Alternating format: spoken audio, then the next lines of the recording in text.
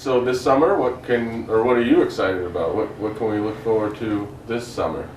Yeah, this summer I'm really excited, again, about continuing the work in the Wyman and Crocker parcel. I mean, that's sort of our big project that we're working forward with.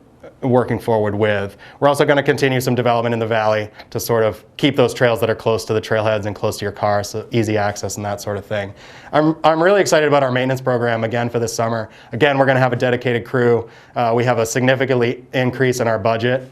We're also going to take over more terrain. We're going to support a little bit further out from the network and really try to take care of those trails that we haven't really touched in a little while.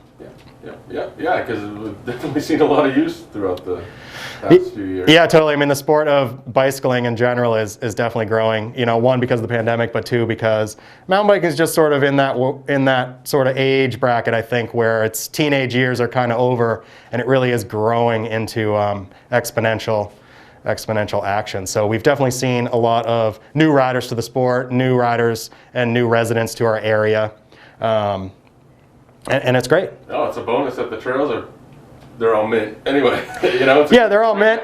They're all mint. And if you think about the kids, like kids have real bikes now. Like when you and me were riding bikes as kids, they weren't mountain bikes, right. And now the kids have these mountain bikes, and kids that have been riding their real youth mountain bikes for 2 or 3 years, they're actually really good mountain bikers, Yeah. It's like snowboards, snowboards that are like this, that are real. That didn't exist 25 years ago, Yeah.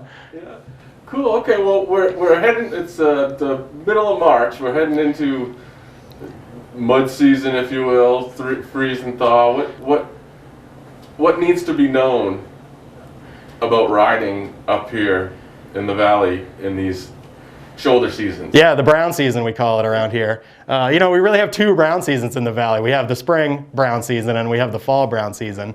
And even in Maine, like that's a cool thing. That's the best part about living in Maine, right? We have these seasons that change what we're doing and change how we react, I guess, to whatever's going on. Yeah, like I just said, we have a lot of new riders to the sport and a lot of new riders to our area. And I guess that, it's really important that people understand that the trails are going to be closed for some time here in the spring. At some point in time, very quickly, the fat bike trails are not going to really be optimum for riding. And then as the snow melts and then the dirt comes out, there's going to be some time where the dirt really isn't suitable to be ridden on with a bike. It's just too soft and it degrades. We don't want to create damage. So in that sort of text, the trails are going to be closed. There's going to be a 2 or 3 week time when the entire network is going to be closed. And then we'll continue to open it as it's ready. And we try to really be right on that so that people can ride when we get to that point.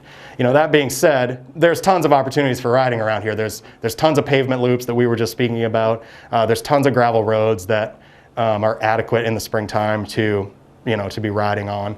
And we would just respect that people would respect the closures of the trails. You'll go to the trail conditions report on the CR NEMBA page and you'll see that most of the trails are closed or some of the trails are open, and you just have to kind of be respectful of that and use what you can. As well, the trails will be marked for the most part with a closed sign if it's closed. And if you see that, we're just asking you to find something else to do. Yeah. Well, it's I can imagine you'd much rather be using your maintenance time and the time in the beginning of the season or whatever to get to real issues rather than issues that just came up because people rode when they shouldn't have or whatever. Yeah, totally. It's really just, there is damage that occurs, but it's really just respecting the management of what's trying to happen here.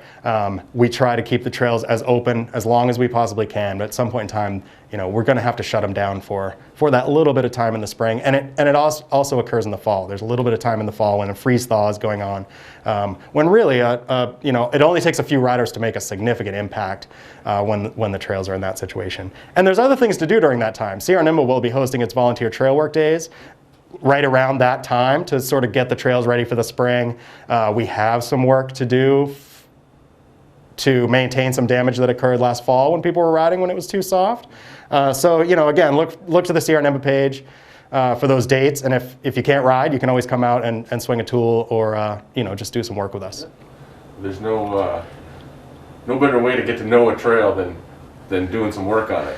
Yeah, totally, and it gives people ownership. When you just raked this stretch of trail or cut these these encroaching limbs or something, it gives you a little bit of ownership to the trail, and you can actually get an experience as to what it really takes to manage what we've got going on up here. Totally.